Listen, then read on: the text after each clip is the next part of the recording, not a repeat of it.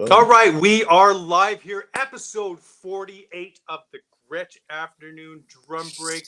I'm your host, Neil LaFortune, Gretsch Drum artist, coming to you all the way from Orillia, Ontario, Canada, 90 minutes north of Toronto, and it is a typical Canadian spring day minus a pandemic. But things are getting green up here, and I'm so excited to be chatting with Mr. Miles Miller from the Sturgill Simpson band. I have been just so stoked all week long watching videos of this incredible band play all the way back from early 2010s to watching the Saturday Night Live performance to so many different my head was spinning with so many different shows. So thank you, Miles, for joining us today for episode 48. How are you doing?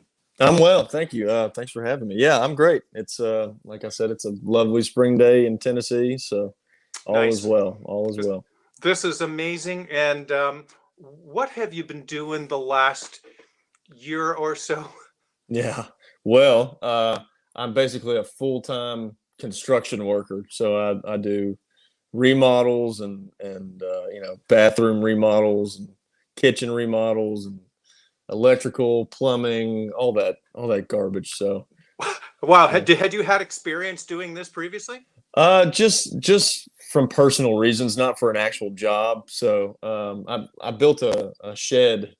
Maybe it started a couple of years ago, and it's never finished. I think that's kind of the thing I've learned. Any project, there's always something else to be done to it. But from doing that, I did all the electrical, and I mean, framed it from the ground up myself. So I've learned as I went along, and so I learn every day something That's new. But incredible. it's some good skills to have though, going forward for sure. Oh, amazing Yeah. skills to have. And it's my wife in our relationship. That's the handy one. I'm the one that answer. Seriously, like Yeah. she can do plumbing, she can do Wow.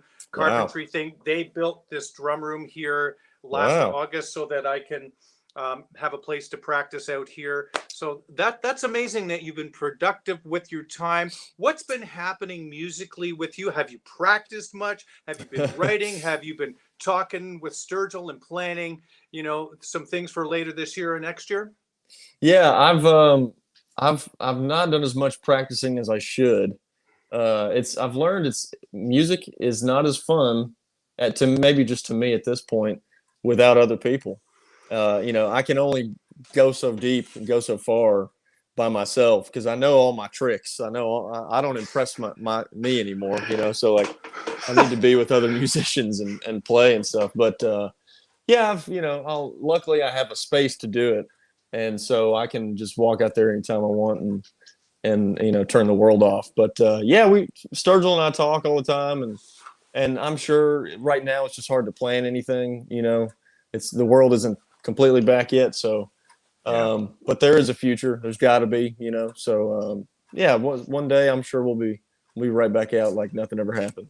Yeah, I So. tell you, have you ever played up in the Toronto area? Oh yeah, we've played there a few times. I couldn't tell you where, but I It's a know I've blur. been to Toronto. We might have done some fest or not a festival, a show with Zach Brown band actually, or something Oh, like that, okay. or some years ago. So, but yeah, I've definitely been, and we toured all of Canada too, once upon a time, and made it all the way to Alberta and places like that. So it was fun. It was really I fun. bet, man, I'm ashamed that I didn't go and see the band then. And I'm telling you, I'm going to keep a lookout, and because I Yeah. definitely want to experience Sturgill's from what I gathered as a relative newcomer. And I can't believe I've heard over the years some tunes and went, oh, man, I like that. But I took the Hmm. deep dive this last little while, and it looks like it's an experience, you Yeah. know, Yeah. attending one of those shows. So let's go back to the beginning before we get too deep into the subject of Sturgill Hmm. Simpson. Let's go back to when you started playing drums. Was it music first? Was it drums first? How did that all work out? Yeah, I mean, music. I've got a musical family. My dad is an insane piano player. My mom did a lot of theater and can sing as well. And grandparents, everybody can. everybody can play something. So music was always around.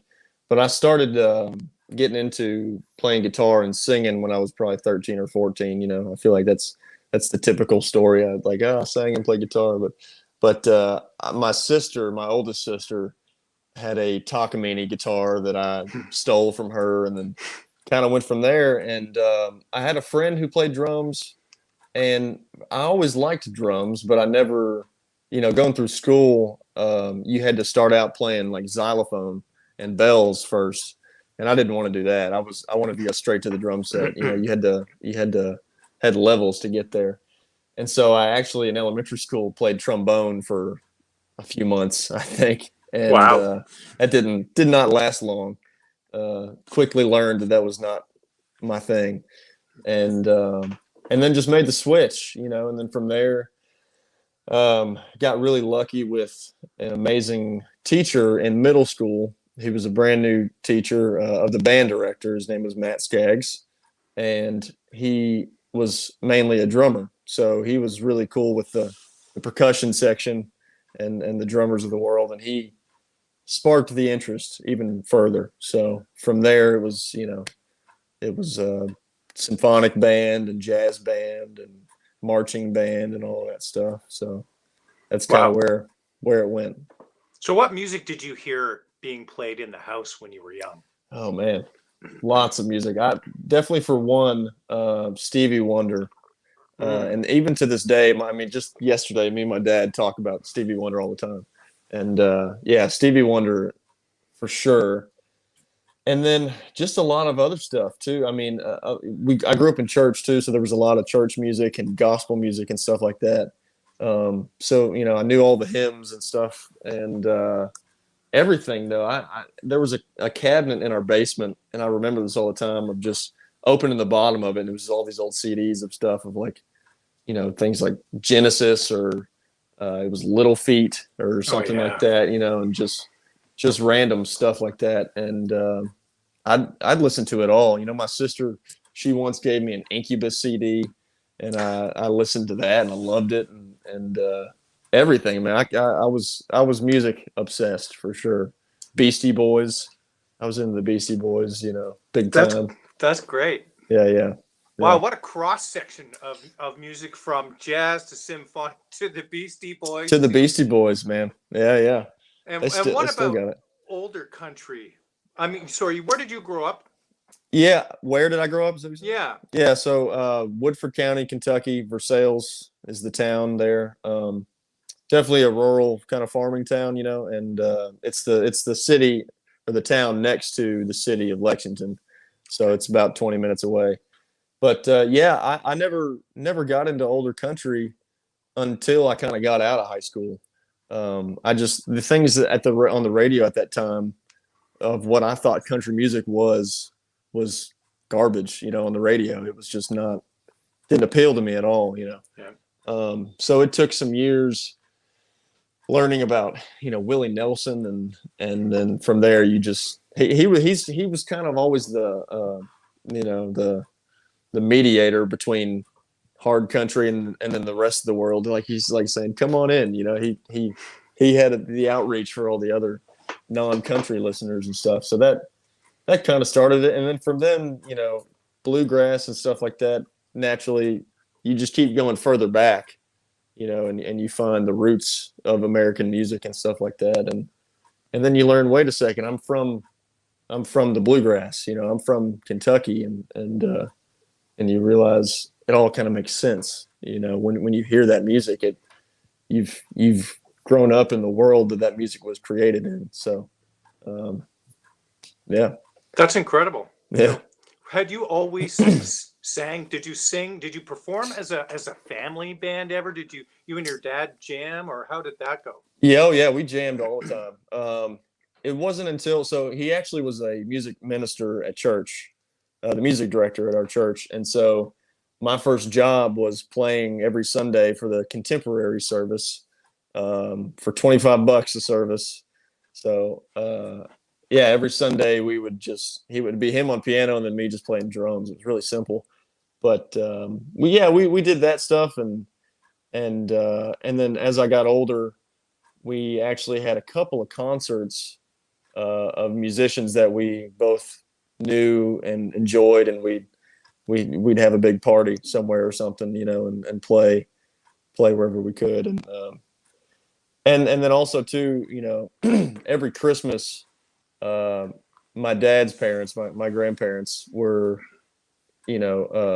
gospel singers and pastors and all this, and so we would always, there was a piano and my grandmother would play, all these beautiful hymns and just naturally just beautiful playing, and so that was always, around. It really was. We'd all sit around and sing together, and that's just what you do. That's the way of life up there. I think it feeds into your musical sensibility, the way that I've watched you play with Sturgill. It's sometimes it's right for the music. I see you sometimes not playing the hi-hat and playing your right hand tapping out on your leg, and I'm like, is he doing that? Is the coolest thing to opt out. But when it comes time to build dynamics, you're not necessarily playing a lot of notes, but you're adding to that that increase in the dynamics and the excitement without playing too much stuff. So yeah, that's a good catch, man. I've always done that, but no one's ever thought about it in that way. That's cool, man. And of course, with seeing no rack toms, and I'm thinking, could I get away? I've done that on a jam night, and I kind of dug it. You think differently, right? Absolutely. It limits what you can do, so it makes you even play simpler, because you can't. It's going to be obvious if you're sitting there filling on the snare, Right. So you got to just keep the 2 and 4. You got to keep, it's meat and potatoes. That's what it is. It's the core of it all. So, that's funny. But true. That time thing, though, it was just a way of keeping the groove, just not on the hat, and because it's sometimes, or maybe for me, it was harder to not feel those extra notes, and rely on the feel and timing. And when you got other musicians, that can get, pretty sloppy pretty quick. So that was just that's the timekeeper right there, so. I'm going to try that on my next gig. Yeah. You'll have some bruises at first. This part of my knee is really good and worn in at this point, from playing if you play with the butt of the stick sometimes too, that'll really give you some good bruises there. And I see you play traditional grip an awful lot. Do you switch back and forth between that and match? Yeah, all the time. Yeah. A lot of the, train beats and stuff, country stuff, I'm definitely traditional. For some reason, I can do it match grip, but it just doesn't feel right to me. I don't know. But then when it comes to like the rock stuff, I'll flip the stick over and get the butt end and really just kind of lay in that way. Because you can, I don't know, I'm not as good at it with this way as I am with that, for actual big, heavy backbeat, so, but I switch all the time. Yeah. Now, what kind of feedback did you get from, let's say, your dad early on when you were playing along with some music with him? What kinds of things would he tell you to do or to not do? Or did he suggest anything to you at all? Not really. I mean, now that I'm sitting here thinking about it, because he was so good, and I knew that I wasn't bad, so we kind of we would just make it funky, man. I mean, and we didn't even have to talk. That was kind of the thing, because he's a funky dude, and we just jammed off of it, and we didn't. So yeah, we never really discussed much. Now that I'm sitting here thinking about it, we just knew what the music needed, and that we just kind of went with it. Yeah. Did you have any drum heroes that you realized, oh man, I really like this drummer, or did you just kind of like individual songs and or artists? A little bit of both, for sure. I think I definitely fell in love more with just the songs that I enjoyed, and I've never been a flashy drummer myself, or gravitated towards that, so I became not that.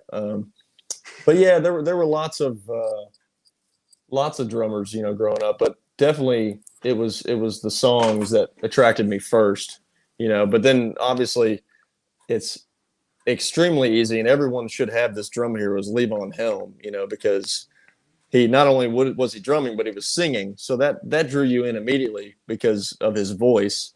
Then you realize that he's drumming, and you're just like, oh my God, okay, and you know, it's still incredible to me every day, you know. But I've listened to that stuff forever. But yeah, you know, it's a little bit of both, a little bit of both.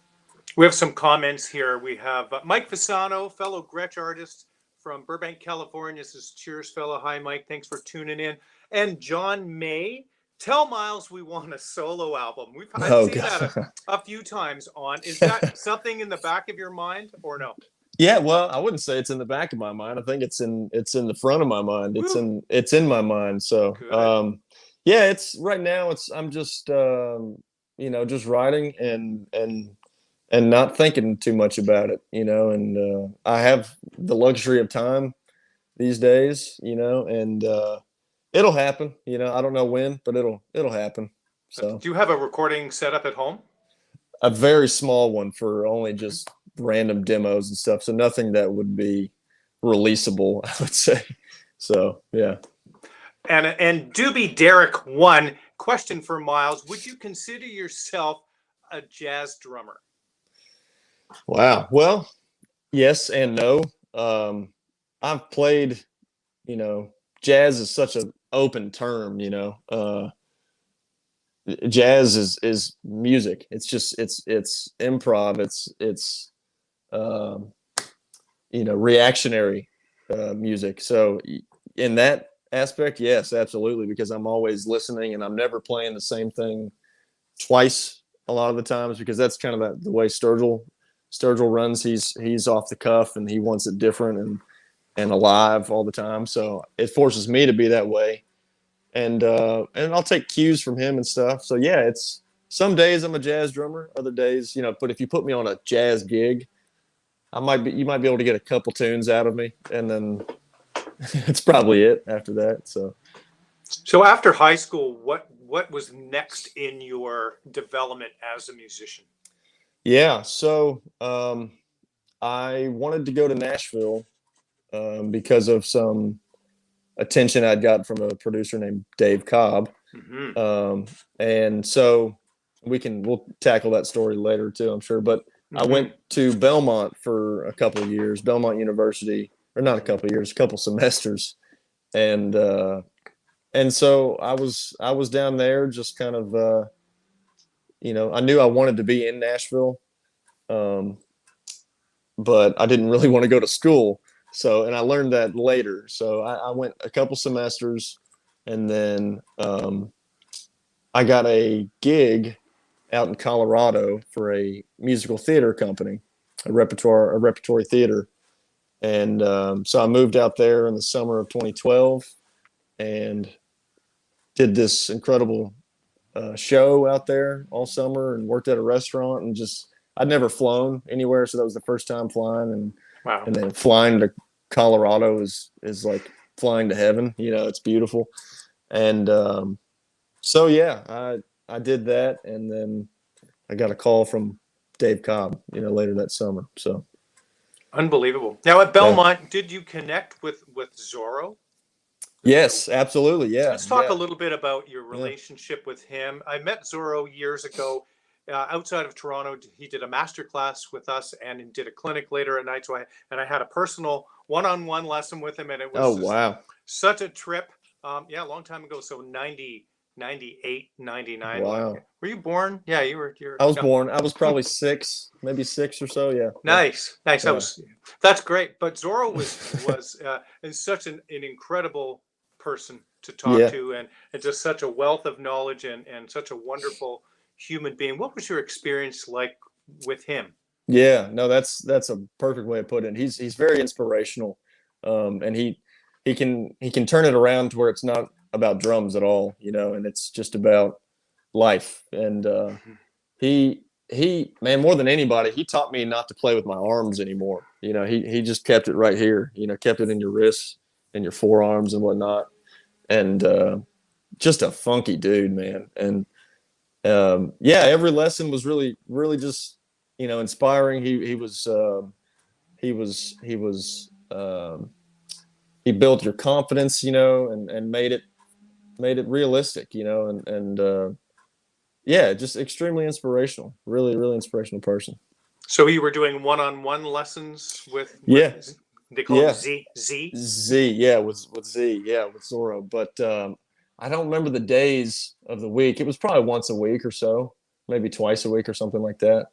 Um, but yeah, man, we'd go in there and just there'd be a couple drum sets, and we had his book, and we'd go through his book a lot of times. So a lot of it was grooves that he, played on or learned, and really he was incredible at the not not playing straight or swung. He would really Yeah. do this weird in between stuff, and it's leaked into my playing for sure because I get compliments on it, or I get talk.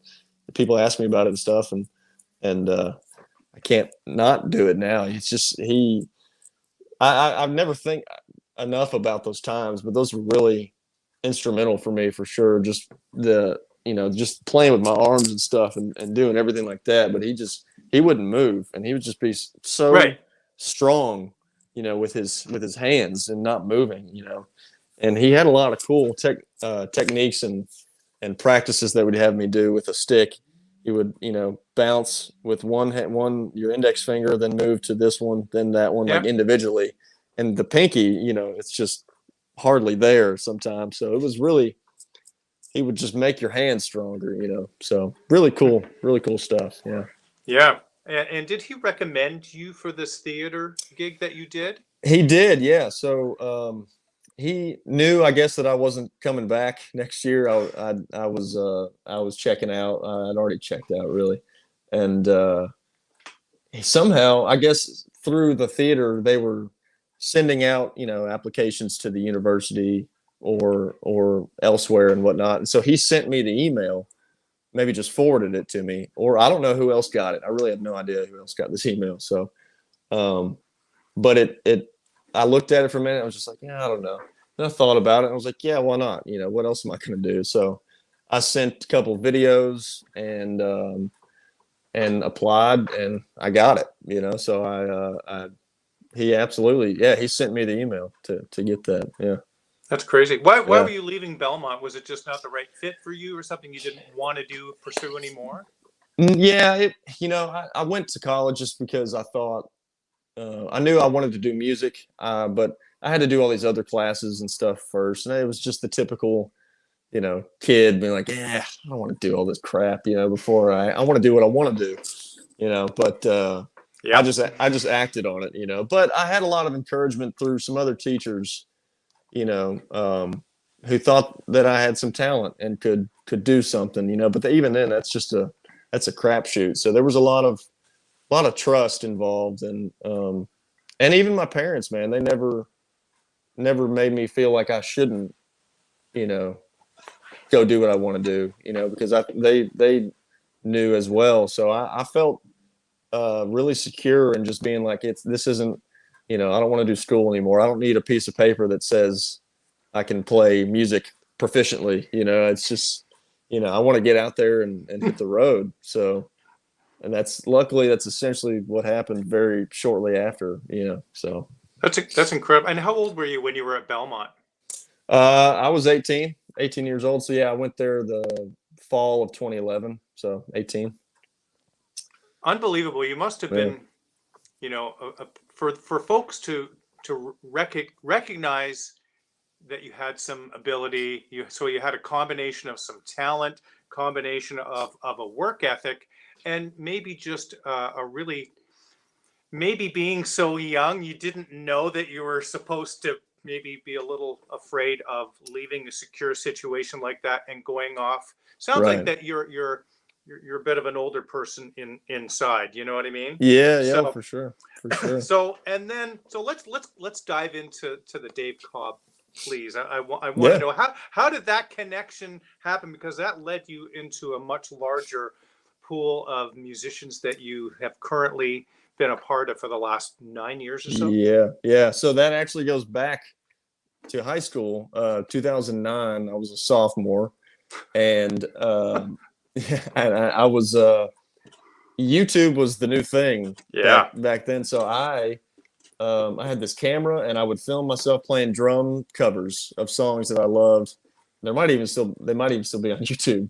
Um, just really young, and some of it's okay. A lot of it's crap. If I look at it now, I'm like, oh my god. But that was how I learned. I would watch myself and hear it back. One take of a song, you can really figure out if it sounds good or not. So I'd film myself playing drum covers on YouTube, and one day I get a message on MySpace at the time of it was this woman who worked for Dave or something like that at this management company or something like that, saying so and so, Dave Cobb wants, loved your playing, wants to see you in person and play or something like that. And I just didn't know any of these names at the time or anything like that. And so I didn't do anything about it for a couple of days. Then I showed my dad, and he was like, yeah, I don't know, maybe we'll, talk to him. So I messaged back, and it was legit. And so it must have been October of that year that I went down to Nashville. Me and my dad went down to Nashville and set up in this hotel kind of convention center thing. And I played this drum cover of a song that Dave saw, and he was there, and essentially what they were doing was getting together a young group of guys, like a band. They were trying to get this young band together, and so I played for them, and it was all cool and great, and it was awesome, blah blah blah, and nothing ever happened from that. So fast forward, 3 years later, I'm in Colorado doing that theater gig, going on with my life, just thinking whatever. And at the end of that summer, it was weird. It must have been like a week or two before I was leaving. He messages me on Facebook saying, hey, give me a call. I think I got a gig for you. I'm like, okay. 3 years later, we hadn't spoke a word. Wow. In between then. And so we talk on the phone. He's like, hey, man, got this artist, just recorded this record with him. His name's Sturgill Simpson. We just finished his first record, and he wants to talk to you. I was like, okay. So Sturgill gets on the phone, and he's like, hey, man. He's like, I just want to know one thing. He's like, does Kyle Fannin still teach social studies at Woodford County High School? And I'm like, yeah, I think he does, That's so that funny. he graduated from the same high school, and everybody at least knows this by now. I've told this a million times, but it really is a crazy circumstance. So from then, they were trying to figure out a live band, and from there, I left Colorado and moved to Nashville, essentially, and then here we are now. What did Dave say that he liked about your playing? Did you ever find that out, or what do you think if he didn't actually tell you? I don't know. I don't know. Yeah, I really don't. I don't know. I have no specifics. But he must have liked something. So, and it was cool. You know what it was? I think the song that I played, it was a raconteur song, and so it was there was a time change in there in the song, and I think he was like, you really just nailed that without even thinking about it. Like the time change was so different. I was like, oh, okay, that's cool. So, but other than that, I have no clue, but he liked it and remembered it. So that, 3 years later, that was pretty cool to have him call me back. So that's a really good lesson for a lot of drummers that are watching, is that when you're playing music with people, you're generally not hired to play a bunch of stuff. Usually not a lot of, they care if the music feels good, if the time is good, if you have a good tone. Yeah. That's musically what they're going to care about. And when I was watching the videos all week long, I'm like, I sat back after analyzing and sat back and went, man, this feels good. And I'm looking at you and I'm like, how old is this guy? This is ridiculous. And then you're singing the harmony. I told you I wasn't going to fanboy out. But That's fine. That's fine. I really, man, and I was messaging Nick Pattison, my guitar player that I play in this band with. And I'm like, I want to be in a band like that. Yeah, yeah. He's like, so in order for us to do that, but anyway, but Yeah, that's amazing. man. So I think that that is a good lesson for all drummers to know that you got to take care of business first. And Instagram and the internet and YouTube is full of drummers that can twirl their sticks and light their drums on fire. Right. You got to take care of business first. You know what I mean? You got to have Yeah. some good time, a good tone, and have some good musical sense, not just a bunch of, man, my singles are at 250. Who cares? Yeah. Nobody, the real world doesn't care. You know, Instagram drum stuff may care, but that can only get you so far, and it's not necessarily going to get you paid.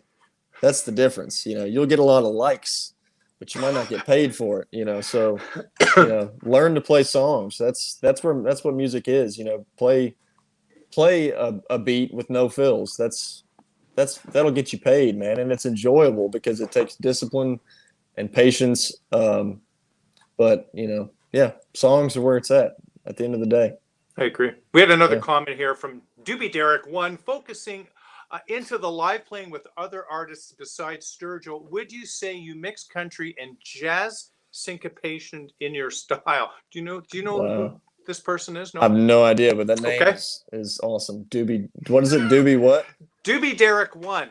Doobie Derek One. Could be a member of the Doobie Brothers. We don't really know. We'll never know. I'm gonna go ahead and say it is, just for cool factor. Yeah. No. Yeah. I mean, gosh, I probably. The thing about it now, though, is that I don't think about syncopation or whatever. I don't think of what I'm doing. It's all just a feel now or whatever. So, yeah, I mean, there's a lot. The hi-hat definitely can do a lot of syncopation when you're doing other stuff, and that can even dynamically change up a feel. Adding it or not adding it. So right. And it's a simple, just the offbeat rhythm,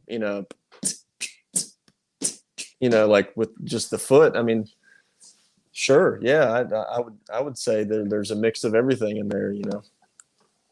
It sounds like it when I watched you play enough videos. It seemed to be that you'd had some jazz background, but also some funk and gospel stuff. It sounds like you're a good melting pot thus far. Yeah. Which is awesome. At this point, when you up to this point in your career, let's say maybe almost a decade ago, had you heard Gretsch Drums or played Gretsch Drums at this point? Yes.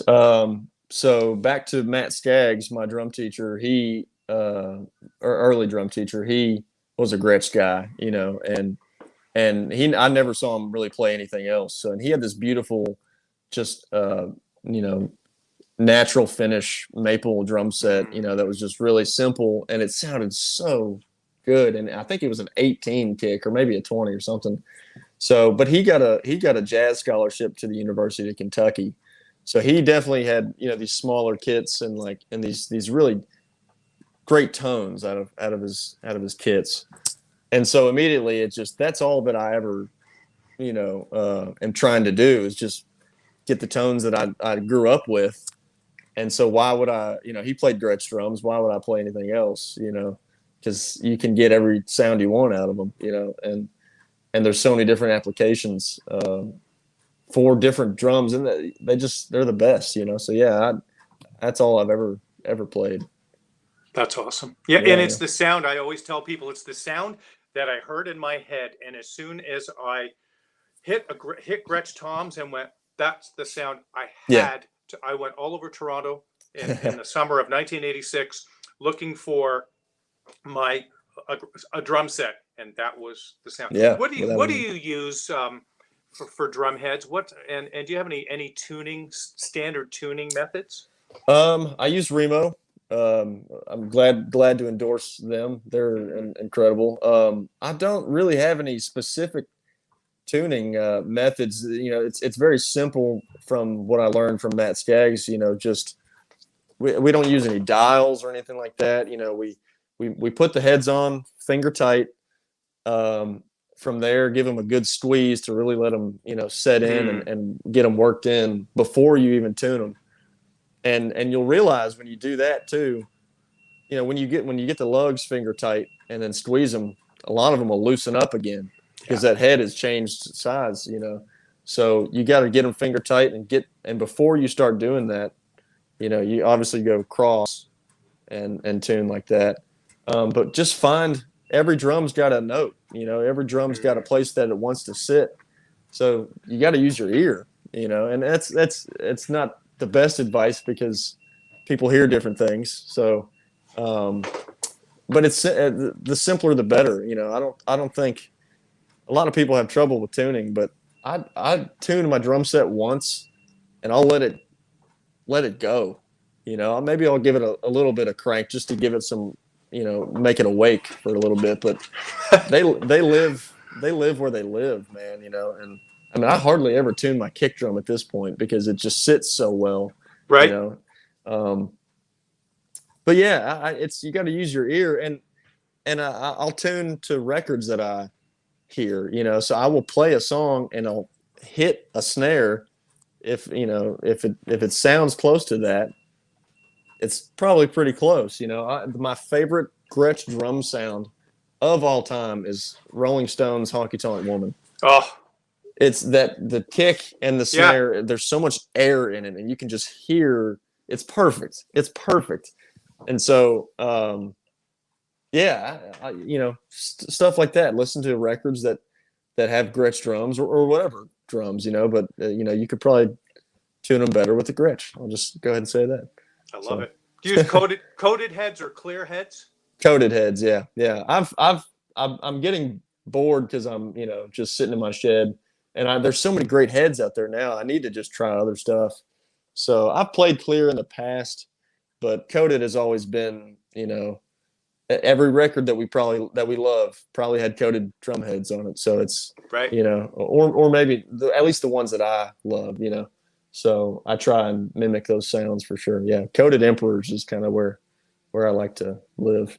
Yes, I had that advice from Chad Melchert, who plays with Gord Bamford, amazing drummer out of Alberta, and he said, Neil, you need to get some coated amps.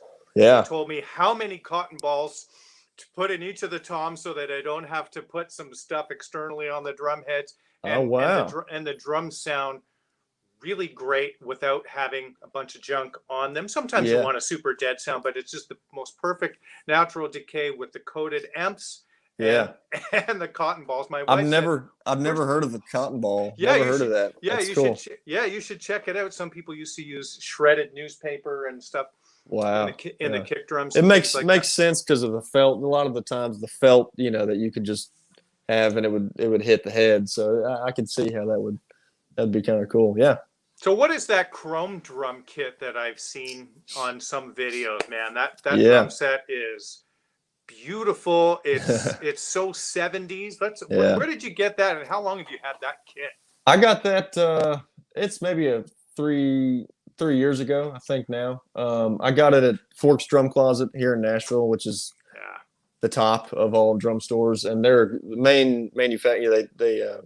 Gretsch is their main drums that they sell. They sell the most of them in the country, I think. That's just a late 70s USA custom kit that I found there. And we change our sound all the time. So I wanted a different drum set for a different feeling and stuff like that. And went in there one day and I'd seen the Ludwig's, the chrome wrap.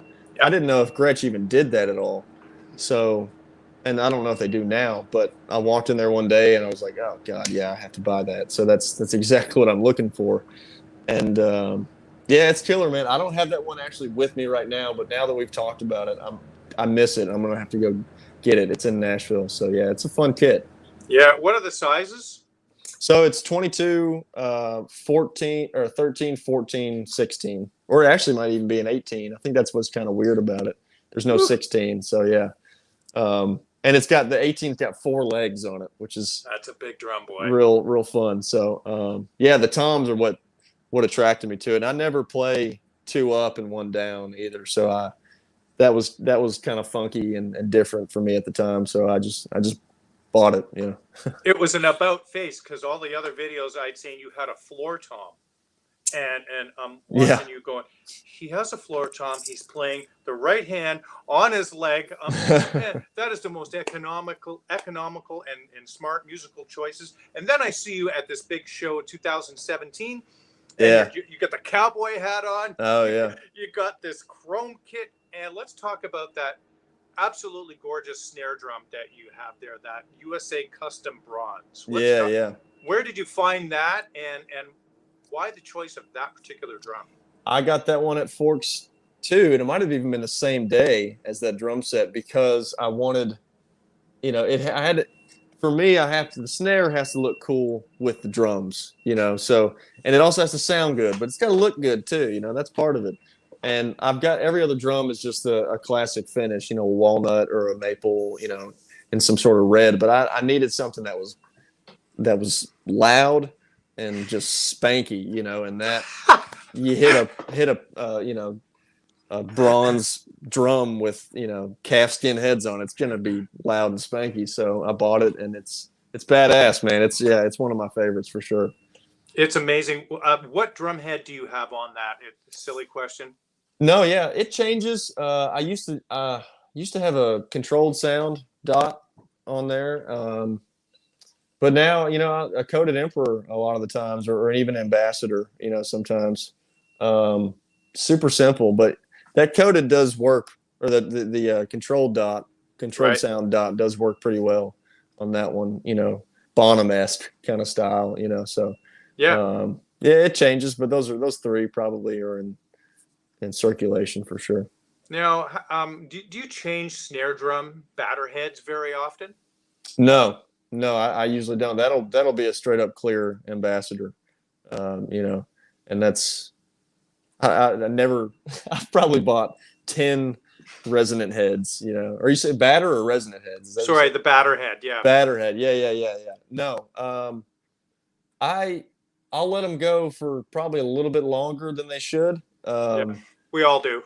Yeah, right. Yeah, just because it's and when you get a good sound, you just want to ride it out till it can't go anymore because I have a drum set from Matt Skaggs actually, just a USA Custom, classic maple one, and the snare I've recorded with that snare more than any other snare. It's just super simple, and I don't think I've changed the head since I bought it 2-3 years ago or something like that. It's perfect, and I'm scared to change it because he tuned it and had it great, and I'm just like, I don't want to change it. So I'm riding it out for sure. What is that drum? A USA? Is it a wood drum?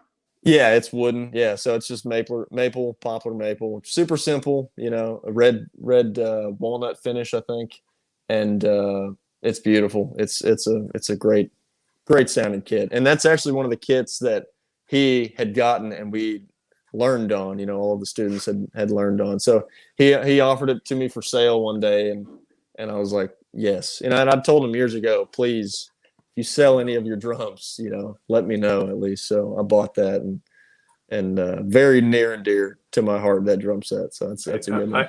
I bet. What are the sizes on that? So that one is a 22, 13, 16. I think it's just a 3-piece kit, and then the snare, which is a 5.5 by 14. So.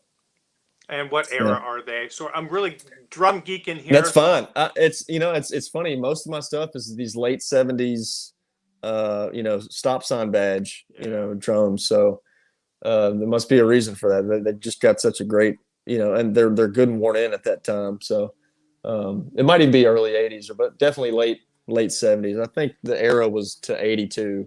So maybe from 75 or something. I don't really know the specific numbers, but stop sign, late 70s. Incredible. In fact, we have another comment and question from Doobie Derek 1. It says, on the Gretsch website, your kit is listed as a 70s style. Is it safe to say that decade inspired you? Without a doubt. I mean, if you're not inspired by the 70s, you're missing out on some incredible music. Late 60s, early 70s, man. There was from all kinds of music, every genre. It's where do you begin? I mean, just throw a rock at anything, and it's true. It really is. I mean, it's the intention behind all the music then too. You know, the world was definitely changing then, like it is now, and just it reflects all of that. You know, spirit back in the day of love and hate and everything else in between. You know, so. And besides Charlie and Levon Helm, who else from the '70s influenced your style and tone? Gosh, well, you know, that's a good question. I'd have to sit and think about that. You know, for me too, though, it would be a lot of Joe Morello. If you go maybe further back, that's the '60s and '50s and stuff like that. But he was able just to, and the same thing like Zorro. He didn't move much. You know, Mm. he really just he tilted his head just and stayed right here. You know, and I'd have to think, man. I'm pretty lame. What about any sessions, or any particular records? Or is any records or recordings come to mind? I'm old, so I say records. No, yeah, that's what they are, man. The records from the '70s. Yeah, Um, so it's going back to Levon though. It's all yeah, roads lead back to Levon, man. He's for guys like me, a Southern guy who sings and plays drums. right. He's Yeah. king. You know, it's tough. But for real, you know, and there's a stigma with it too of just loving this Americana country band kind of crossroad thing, and I get that, but the music just holds its own. And one record that I always am just flabbergasted by the tone is the band's Rock of Ages live album from New Year's 1971 to 72, and everything is just it's just meaty, man. And he's so if that's one record that I would tell anybody to go listen to, it's that one because it's just so incredible. So I can't even explain it, man. It's just thick, but Yeah. it's not you know overbearingly loud or anything. Just so tight, you know, and so crispy. And his rides are just dingy perfectly, but not like you know metal dingy, you know, it's beautiful, beautiful. That's my favorite drum sound for sure. Hmm. Yeah. Let's go back to the beginning of your journey with Sturgill, and it's been such an incredible ride, seeing all of the incredible music that you put out. I and you've heard this a million times. I think the band sounds better live in many instances because the recordings sometimes are done early on in the inceptions of the song, and Right. then you get comfortable playing them live and you're better. But what's unbelievable are his vocals, your vocal, really everything. The band is just stupidly good live, and I can't believe that I haven't seen the band, and I'm stoked for when things come back and you Yeah, come up here. I'm gonna drive. I don't care absolutely. how I far, got and you. I got you. I'll hook I'm you gonna up. I'm gonna totally see this band. But let's talk Yeah. about how things began with Sturgill and then the development. Yeah, I mean, so at first it was, you know, the first record was definitely a country record, and so we just got certain guys um, that would fit that bill. You know, obviously we got this amazing guitar player, Little Joe, who is a freak of nature, you know, in guitar, and we had him for that record for Metamodern and Hmm. and then Sailor's Guide to Earth. And yeah, man, it's the songs like you said it best. We're learning them as we're recording them, Right. you know, so we don't even know them. And when that's the take, we don't still even know it. You know, maybe you had a take and that was the one. You're like, I don't know what I did, you know. And that's the best part about it because it's reactionary, you know, it's natural. And so from then, yeah, we got Chuck is just the bass player of all bass players. He can play anything. He's so funky. He makes me want to play better. And then we have Bobby on Hammond organ, who's just a wild man and can also play anything. And and what's an interesting thing too. So me and Sturgill are from Kentucky, and Bobby and Chuck are from Detroit. So they've got this, you Wow. know, Motown upbringing, punk rock, grunge kind of upbringing of stuff. And then there's Sturgill and I with this country bluegrass other stuff, but then we also meet in the middle with everything that we love, this random music. So it's always it's a changing landscape, but it's for the music, and yeah, you just gotta hold on for the ride. That's basically it. Yeah. Man, you certainly are. Did you find that you tracked a lot of things live off the floor, or what was the process? Yeah, basically everything anyone's ever heard is mostly 95% live, Yeah, and then I we'll bet. add other stuff here and there, but that's the only way to for us to get across, what's necessary for the song. And you can hear that, you can, especially on meta modern sounds, you can hear the liveness in the room. I mean, it's loose. Not everything's perfect, it's I probably miss a couple snare hits here and there or whatever, and it's or don't hit a cymbal perfectly, but that's life. It's life reflected in music, and that's what good music is. It's refreshing. It's Yeah, not gridded. There's not a sample added yeah. onto your No snare drum. metronomes. Throw the metronomes away. I'll say Yeah, that. yeah, and Sometimes. and I've seen, man. Again, I've watched you live, and your time is really nice. You Thank you. don't seem like you're in a hurry necessarily. Yeah, Which is maybe one of the reasons that it fits so well in that band. Man, this is cool. Um, yeah. Doobie Derrick said, "Did you realize today is the 5-year release date anniversary of A Sailor's Guide to Earth?" Today, well, I had no That's awesome no that you didn't idea. realize that. I I have love that. no idea. That's crazy. That was 5 years ago. I mean, man, that's the other thing. So like we recorded Sound of Fury in 2017. So by the time that record came out 2 years later, we were done with it. Right. I mean, like we had that's old news. So wow, 5 years ago today. That's pretty exciting. It's been a fun journey from there for sure. Now you played. Um, did you play that Gretsch kit that's in your shed on these recordings, or what did you use on these Sturgill records? Yeah, so I've got a kit that's basically my go-to. Um, Recently and lately, it's just a USA custom, but it's probably 5 years old at this point now, 5 or 6 years old, 20 inch, 12, 14. So it's a smaller kit, but oh man, it's good and worn in, and it's got this black sparkle wrap on it, and these like mahogany uh, hoops or burgundy colored hoops, on it, and it's really beautiful kit.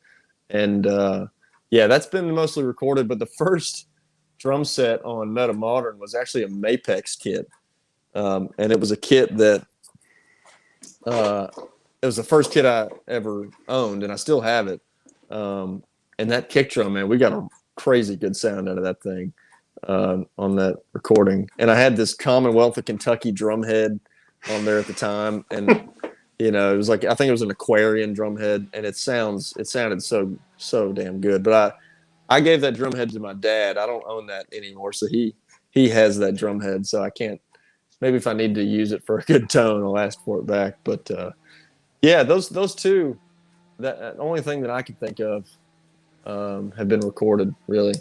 And then actually the on Sound and Fury, I used that Chrome kit, so that's all over that record. Yeah, That's amazing. yeah. Where did you record Meta Modern? Where was that done? That was at Dave Cobb's studio in his house, basically in his basement. And yeah, I think we did it in 4 days, 3 or 4 days. So That's awesome. it's definitely live with that. It's 4 days worth of stuff. Did you all expect to have this kind of an impact on people when you got together? Was there something that was really special when you started playing together initially, or did that just kind of develop over time? No, man, for me, Sturgill sent me an email after that phone call of some songs off the first record, and I was so intrigued because I'd never heard of him, man. But he, being from where I grew up, and then hearing his voice and his attitude, it was infectious, So I was a fan immediately, and then, yeah, from the first early days, it was we were all, anybody that was in the bands were all there for Sturgill because he's just an insanely talented artist, and I think we all knew that. And if he wanted to keep us around, that made us, feel like we were pretty good too. So we all, every group that we had ever had, we would definitely, try and find this thing. What was our thing, and yeah, we always wanted to, impress people or whatever like that in a to a fault. We want it to be good, obviously, but we're not doing it for that reason for them. Right. So, but it's fun, man. Usually that's the main reason. It's just fun. The four of us now, it's like that's all we're there for. We're just there to jam and freaking have a good time, man. That's what music's all about. What kind of venues were you guys playing early on? Well, we've played a Harley Davidson shed. That's what it's called, the shed, out in East Tennessee somewhere. It's like this outdoor amphitheater. We've played.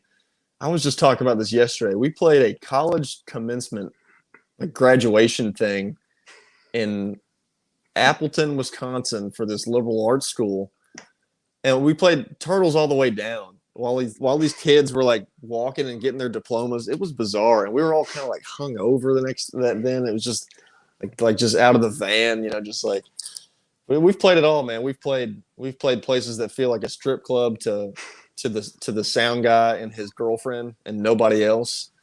Yeah, we've played it all, man.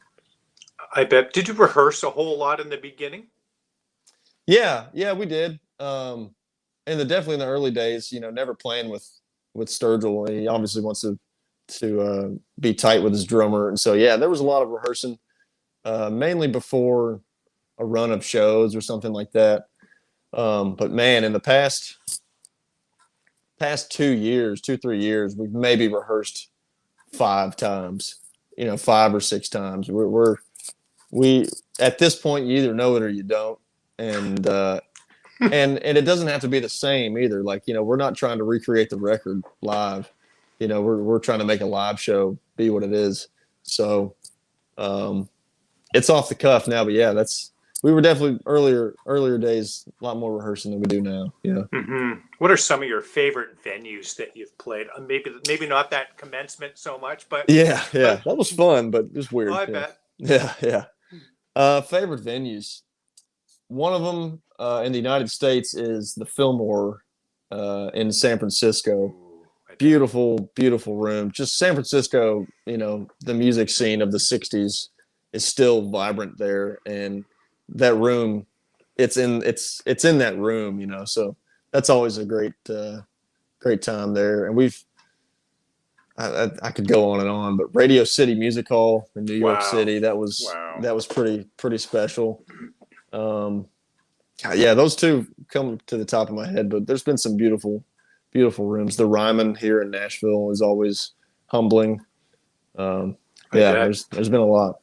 There's been a whole lot of greats that have played the Ryman. That's for sure. Yeah.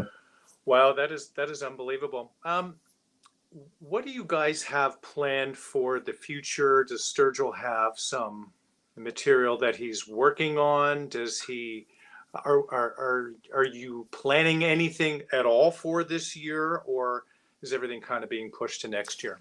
Yeah, we're in limbo right now. We don't really know, so we're kind of just letting things play out a little bit. Everybody's getting vaccinated and stuff, and so of course there will be stuff, at some point in time. Everything's gotta get back to some sense of normalcy, but when, we'll see. So yeah, in the future for sure. So.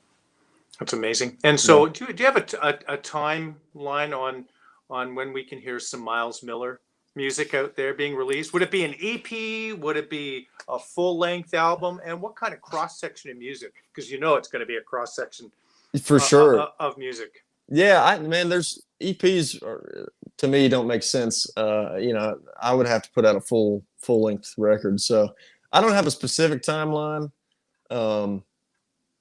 I'm trying not to give away too much here, without what I can and can't say. But in the near future, I'll say that maybe, hopefully. So, wait around and see. Maybe a couple of years, maybe a year, maybe less. I don't know. It's amazing. Wait and find out, kids. We'll see.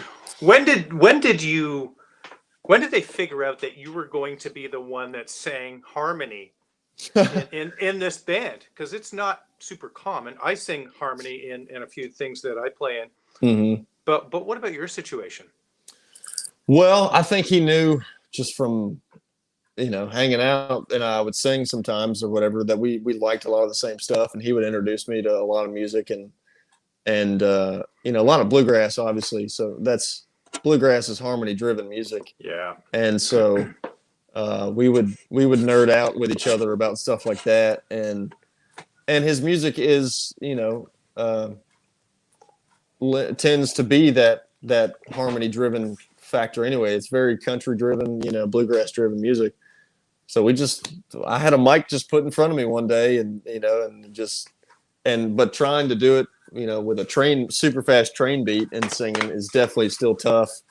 And I haven't, this past tour, I didn't sing any because the repertoire was so big that I just needed to focus on just drums. But yeah, I don't know. We just, our voices seem to work together.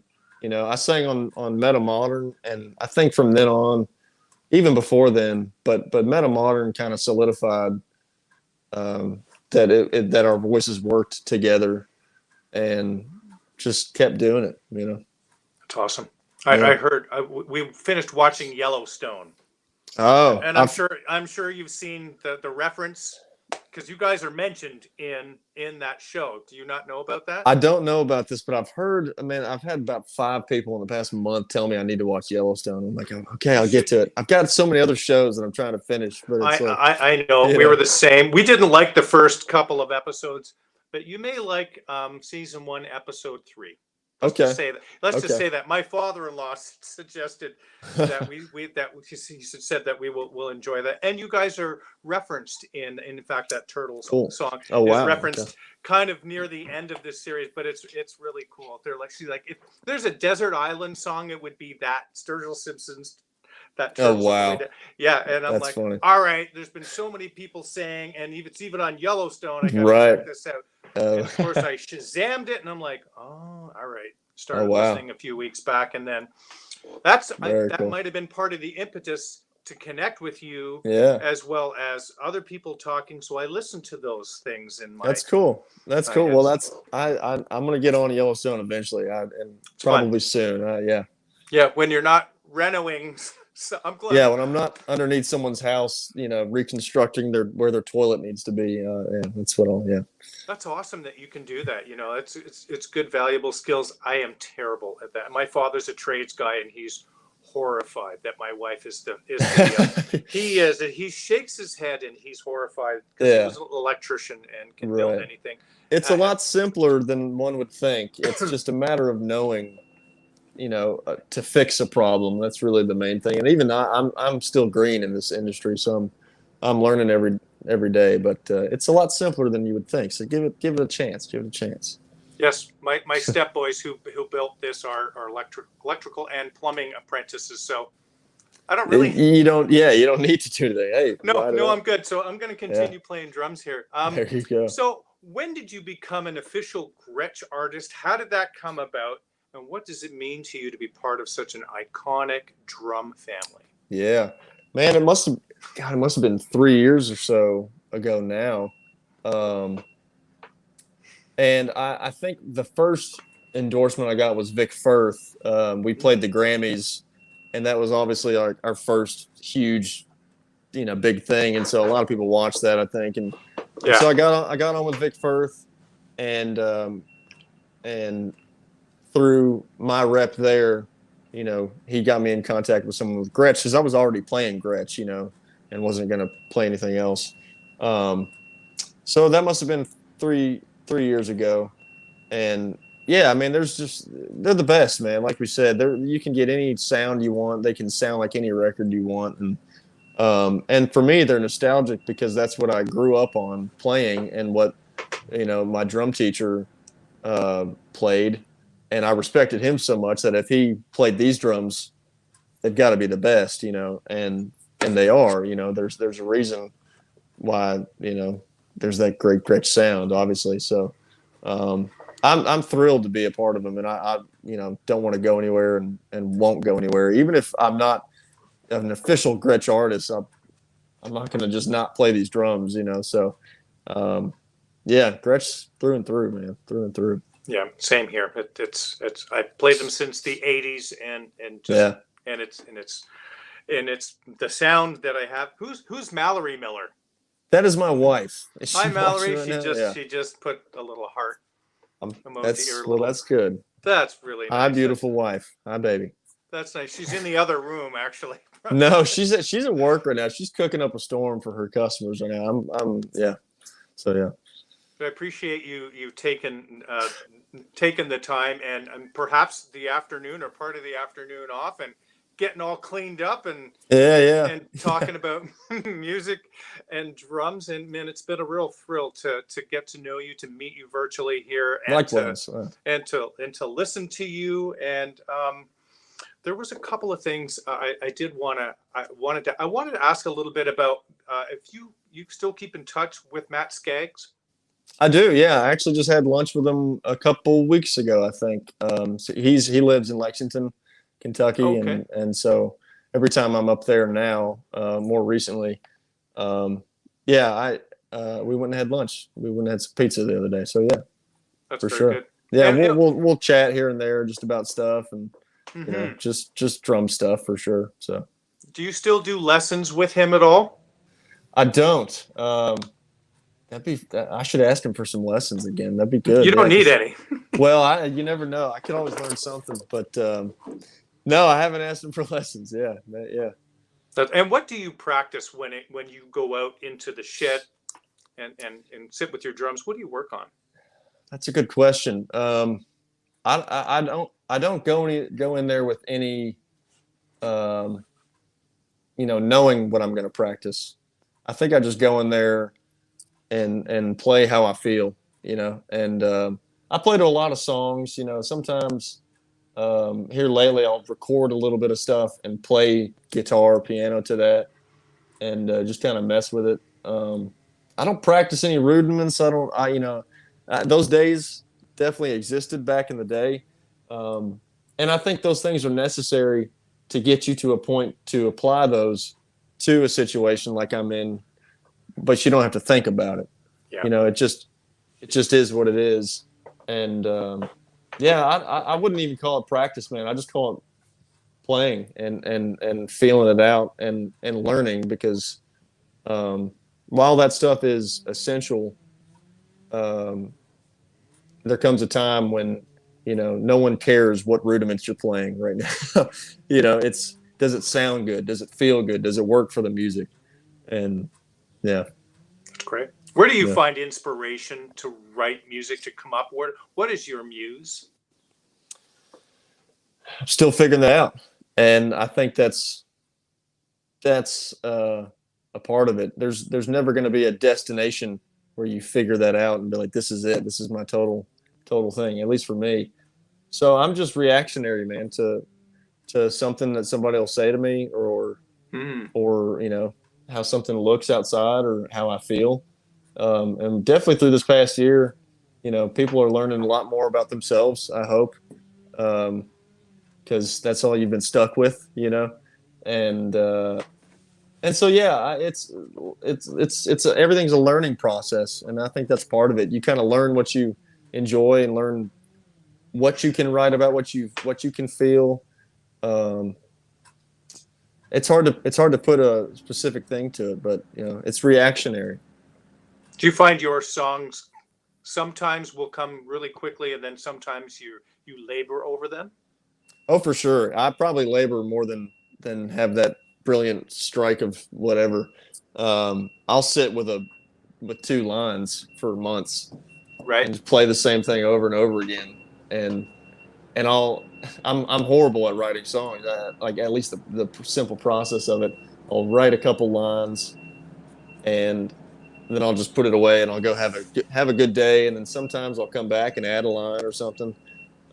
Some days I've written songs in an hour, Mm-hmm. Other days no. So I'm learning, man, because I've been in the drum mindset for my whole life, but I've always played and sang and wrote and stuff. Um, but now with this time, like I said, it's not that fun to play drums by myself without anybody, but Right. it is fun. You can play songs and stuff like that, and dive in that way. So that's I'm kind of figuring it out. I'll let you know what my muse is in That, 10 years or so. that's interesting. Are you Yeah. privy to the writing process with Sturgill, or does he come in and basically have the songs kind of fully formed? Yeah, no, it's a little bit of both. He's definitely got the ideas and the songs pretty much down, or enough to bring it to us, and then we do whatever we want and kind of you know whatever direction that he wants it to go. So it's a little bit of both.